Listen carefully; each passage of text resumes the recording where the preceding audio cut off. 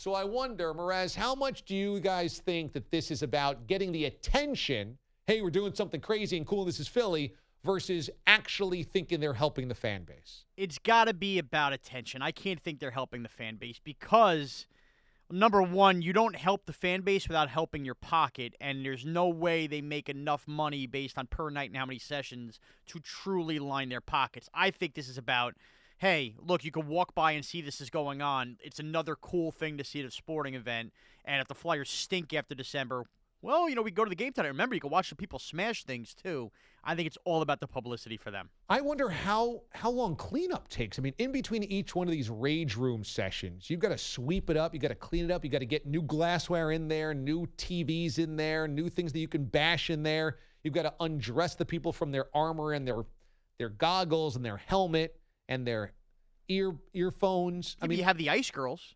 There's clean up the ice. There's a lot of cleanup. How quickly can you get people through here? And does this get old? I mean, Bogues, doesn't this kind of get old? I'm not talking to you. Oh, okay. Bellotti, don't you think this gets old by January, watching people smash things? I think this gets old after the second day when there's chaos.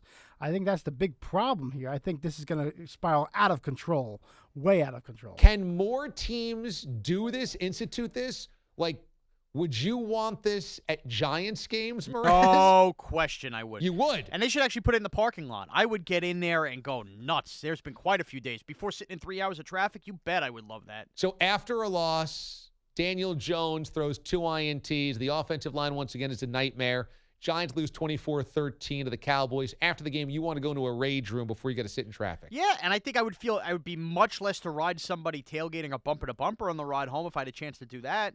Let that release out. It's great. It's absolutely great.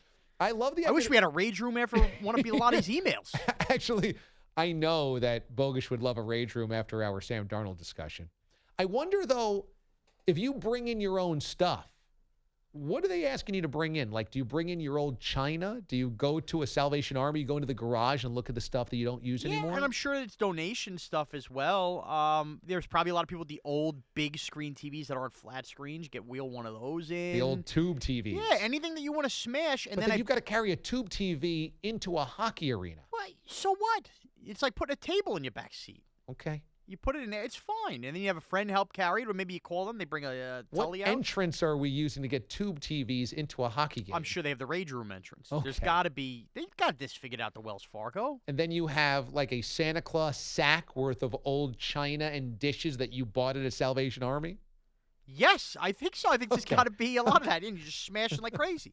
Now, the one thing I find peculiar, why is this only referenced at the Flyers? The Sixers play in the same arena. True. You tell me after a couple Ben Simmons brick shots versus the Celtics in December, you don't want to go break something?